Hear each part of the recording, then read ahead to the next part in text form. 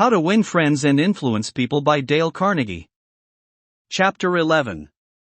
A Sure Way of Making Enemies and How to Avoid It. When Theodore Roosevelt was in the White House, he confessed that if he could be right 75% of the time, he would reach the highest measure of his expectation. If that was the highest rating that one of the most distinguished men of the 20th century could hope to obtain, what about you and me? If you can be sure of being right only 55% of the time, you can go down to Wall Street and make $1 million a day. If you can't be sure of being right even 55% of the time, why should you tell other people they are wrong? You can tell people they are wrong by a look or an intonation or a gesture just as eloquently as you can in words, and if you tell them they are wrong, do you make them want to agree with you? Never. For you have struck a direct blow at their intelligence, judgment, pride, and self-respect. That will make them want to strike back. But it will never make them want to change their minds. You may then hurl at them all the logic of a Plato or an Immanuel Kant, but you will not alter their opinions, for you have hurt their feelings. Never begin by announcing I am going to prove so and so to you. That's bad. That's tantamount to saying, I'm smarter than you are. I'm going to tell you a thing or two and make you change your mind. That is a challenge. It arouses opposition and makes the listener want to battle with you before you even start. It is difficult, under even the most benign conditions, to change people's minds. So why make it harder? Why handicap yourself? If you are going to prove anything, don't let anybody know it. Do it so subtly, so adroitly, that no one will feel that you are doing it. This was expressed succinctly by Alexander Pope. Men must be taught as if you taught them not, and things unknown proposed as things forgot. Over 300 years ago Galileo said, you cannot teach a man anything, you can only help him to find it within himself. As Lord Chesterfield said to his son, be wiser than other people if you can, but do not tell them so. Socrates said repeatedly to his followers in Athens, one thing only I know, and that is that I know nothing. Well, I can't hope to be any smarter than Socrates, so I have quit telling people they are wrong. And I find that it pays. If a person makes a statement that you think is wrong, yes, even that you know is wrong, isn't it better to begin by saying, well, now, look. I thought otherwise, but I may be wrong. I frequently am. And if I am wrong, I want to be put right. Let's examine the facts. There's magic, positive magic, in such phrases as, I may be wrong. I frequently am. Let's examine the facts. Nobody in the heavens above or on the earth beneath or in the waters under the earth will ever object to your saying, I may be wrong. Let's examine the facts. One of our class members who used this approach in dealing with customers was Harold Reinke, a Dodge dealer in Billings, Montana. He reported that because of the pressures of the automobile business, he was often hard-boiled and callous when dealing with customers' complaints. This caused flared tempers, loss of business, and general unpleasantness. He told his class, recognizing that this was getting me nowhere fast, I tried a new tack. I would say something like this, our dealership has made so many mistakes that I am frequently ashamed. We may have erred in your case. Tell me about it. This approach becomes quite disarming, and by the time the customer releases his feelings, he is usually much more reasonable when it comes to settling the matter. In fact, several customers have thanked me for having such an understanding attitude. And 2 of them have even brought in friends to buy new cars. In this highly competitive market, we need more of this type of customer, and I believe that showing respect for all customers' opinions and treating them diplomatically and courteously will help beat the competition. You will never get into trouble by admitting that you may be wrong. That will stop all argument and inspire your opponent to be just as fair and open and broad-minded as you are. It will make him want to admit that he, too, may be wrong. If you know positively that a person is wrong, and you bluntly tell him or her so, what happens? Let me illustrate. Mr. S., a young New York attorney, once argued a rather important case before the United States Supreme Court, Lustgarten v. Fleet Corporation 280 U.S. 320. The case involved a considerable sum of money and an important question of law. During the argument, one of the Supreme Court justices said to him, the statute of limitations in admiralty law is 6 years, is it not? Mr. S stopped, stared at the justice for a moment, and then said bluntly, "Your Honor, there is no statute of limitations in admiralty." A hush fell on the court, said Mr. S as he related his experience to one of the author's classes, and the temperature in the room seemed to drop to zero. I was right. Justice was wrong. And I had told him so. But did that make him friendly? No. I still believe that I had the law on my side. And I know that I spoke better than I ever spoke before. But I didn't persuade. I made the enormous blunder of telling a very learned and famous man that he was wrong. Few people are logical. Most of us are prejudiced and biased. Most of us are blighted with preconceived notions, with jealousy, suspicion, fear, envy, and pride. And most citizens don't want to change their minds about their religion or their haircut or communism or their favorite movie star. So, if you are inclined to tell people they are wrong, please read the following paragraph every morning before breakfast. It is from James Harvey Robinson's enlightening book, The Mind in the Making. We sometimes find ourselves changing our minds without any resistance or heavy emotion, but if we are told we are wrong, we resent the imputation and harden our hearts. We are incredibly heedless in the formation of our beliefs, but find ourselves filled with an illicit passion for them when anyone proposes to rob us of their companionship. It is obviously not the ideas themselves that are dear to us, but our self-esteem which is threatened. The little word "my" is the most important one in human affairs, and properly to reckon with it is the beginning of wisdom. It has the same force whether it is my dinner, my dog, and my house, or my father, my country, and my God. We not only resent the imputation that our watch is wrong, or our car shabby, but that our conception of the canals of Mars, of the pronunciation of Epictetus, of the medicinal value of salicin, or of the date of Sargon I is subject to revision. We like to continue to believe what we have been accustomed to accept as true, and the resentment aroused when doubt is cast upon any of our assumptions leads us to seek every manner of excuse for clinging to it. The result is that most of our so-called reasoning consists in finding arguments for going on believing as we already do. Carl Rogers, the eminent psychologist, wrote in his book On Becoming a Person, "I have found it of enormous value when I can permit myself to understand the other person." The way in which I have worded this statement may seem strange to you. Is it necessary to permit oneself to understand another? I think it is.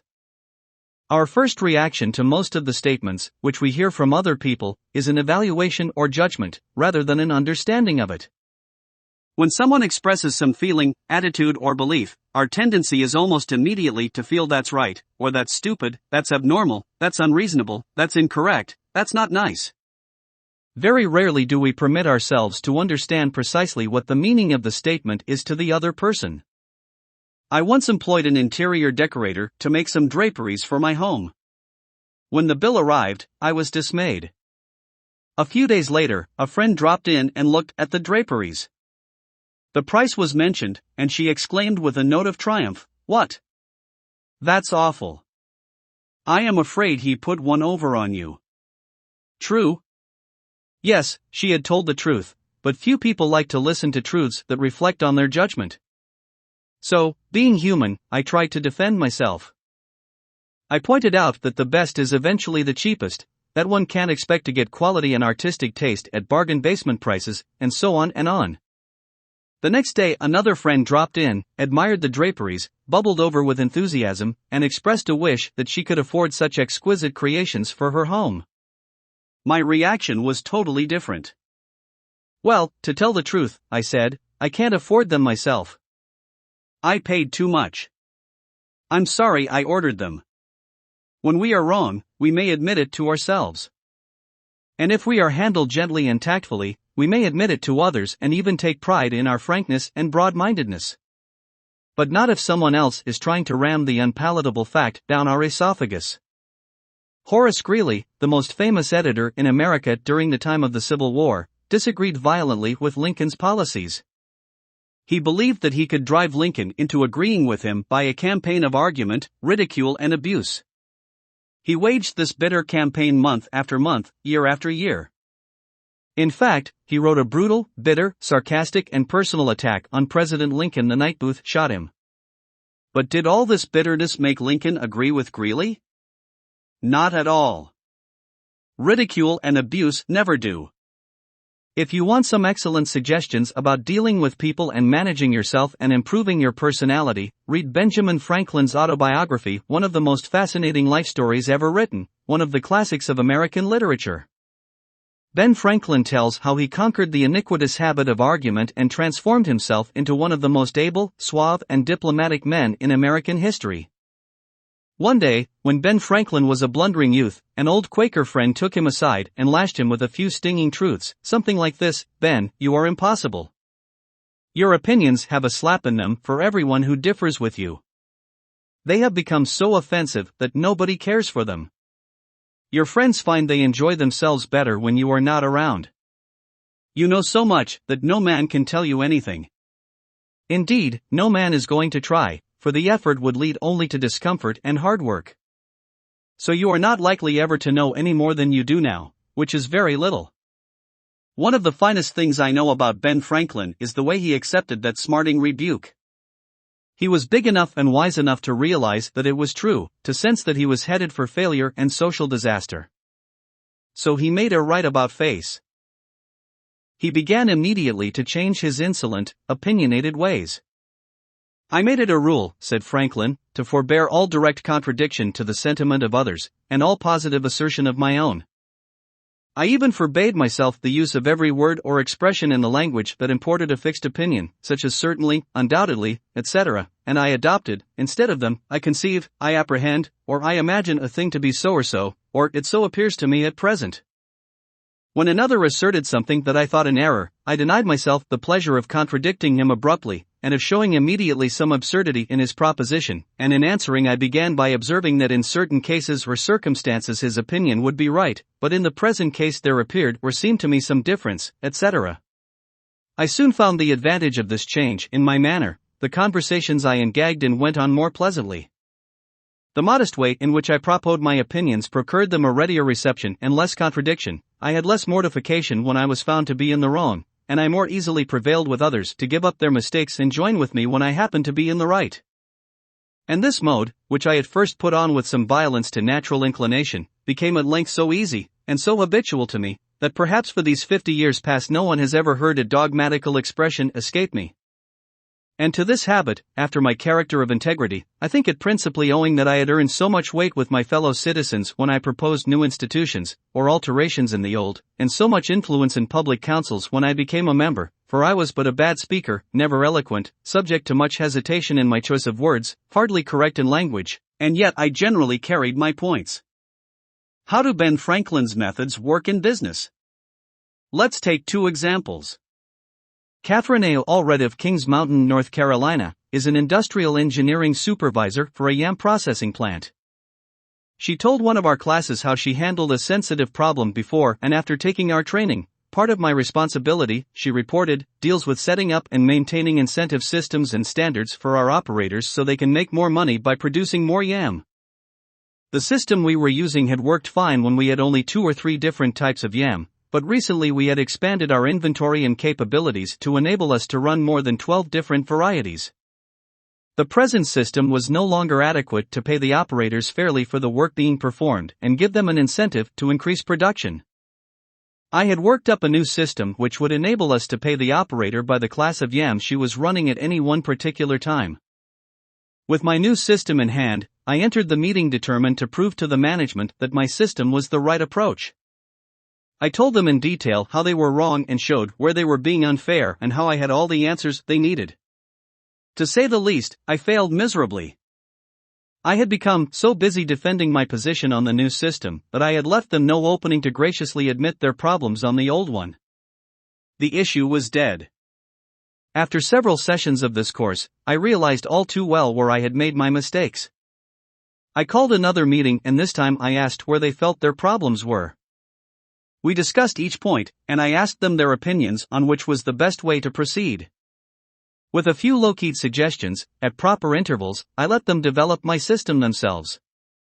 At the end of the meeting when I actually presented my system, they enthusiastically accepted it. I am convinced now that nothing good is accomplished and a lot of damage can be done if you tell a person straight out that he or she is wrong. You only succeed in stripping that person of self-dignity and making yourself an unwelcome part of any discussion. Let's take another example, and remember these cases I am citing are typical of the experiences of thousands of other people. R.V. Crowley was a salesman for a lumber company in New York. Crowley admitted that he had been telling hard-boiled lumber inspectors for years that they were wrong. And he had won the arguments too. But it hadn't done any good. For these lumber inspectors, said Mr. Crowley, are like baseball umpires. Once they make a decision, they never change it. Mr. Crowley saw that his firm was losing thousands of dollars through the arguments he won. So while taking my course, he resolved to change tactics and abandon arguments. With what results? Here is the story as he told it to the fellow members of his class. One morning the phone rang in my office. A hot and bothered person at the other end proceeded to inform me that a car of lumber we had shipped into his plant was entirely unsatisfactory. His firm had stopped unloading and requested that we make immediate arrangements to remove the stock from their yard. After about 1/4 of the car had been unloaded, their lumber inspector reported that the lumber was running 55% below grade.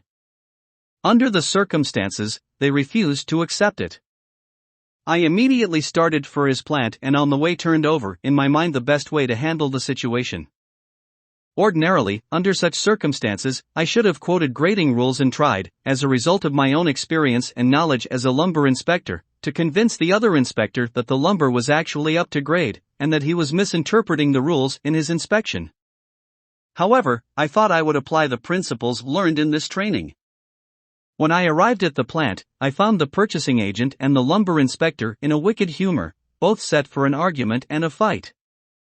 We walked out to the car that was being unloaded, and I requested that they continue to unload so that I could see how things were going. I asked the inspector to go right ahead and lay out the rejects, as he had been doing, and to put the good pieces in another pile. After watching him for a while, it began to dawn on me that his inspection actually was much too strict and that he was misinterpreting the rules. This particular lumber was white pine, and I knew the inspector was thoroughly schooled in hardwoods but not a competent, experienced inspector on white pine. White pine happened to be my own strong suit, but did I offer any objection to the way he was grading the lumber? None whatever.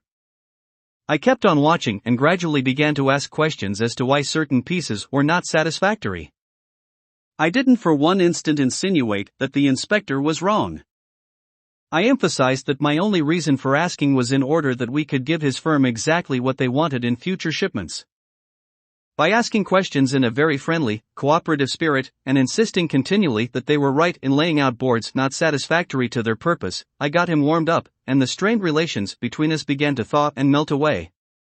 An occasional carefully put remark on my part gave birth to the idea in his mind that possibly some of these rejected pieces were actually within the grade that they had bought, and that their requirements demanded a more expensive grade. I was very careful, however, not to let him think I was making an issue of this point. Gradually his whole attitude changed. He finally admitted to me that he was not experienced on white pine and began to ask me questions about each piece as it came out of the car. I would explain why such a piece came within the grade specified, but kept on insisting that we did not want him to take it if it was unsuitable for their purpose. He finally got to the point where he felt guilty every time he put a piece in the rejected pile. And at last he saw that the mistake was on their part for not having specified as good a grade as they needed. The ultimate outcome was that he went through the entire carload again after I left, accepted the whole lot, and we received a check in full. In that one instance alone, a little tact, and the determination to refrain from telling the other man he was wrong, saved my company a substantial amount of cash, and it would be hard to place a money value on the goodwill that was saved. Martin Luther King was asked how, as a pacifist, he could be an admirer of Air Force General Daniel Chappie James, then the nation's highest-ranking black officer. Dr. King replied, "I judge people by their own principles, not by my own." In a similar way, General Robert E. Lee once spoke to the President of the Confederacy, Jefferson Davis, in the most glowing terms about a certain officer under his command. Another officer in attendance was astonished. "General," he said, "do you not know that the man of whom you speak so highly is one of your bitterest enemies who misses no opportunity to malign you?" "Yes," replied General Lee, but the president asked my opinion. Gf him, he did not ask for his opinion of me. By the way, I am not revealing anything new in this chapter. 2,000 years ago, Jesus said, "Agree with thine adversary quickly." And 2,200 years before Christ was born, King Akhlatoy of Egypt gave his son some shrewd advice that is sorely needed today. Be diplomatic, counseled the king. It will help you gain your point. In other words, don't argue with your customer or your spouse or your adversary. Don't tell them they are wrong, don't get them stirred up. Use a little diplomacy. Principle 2. Show respect for the other person's opinions. Never say, "You're wrong."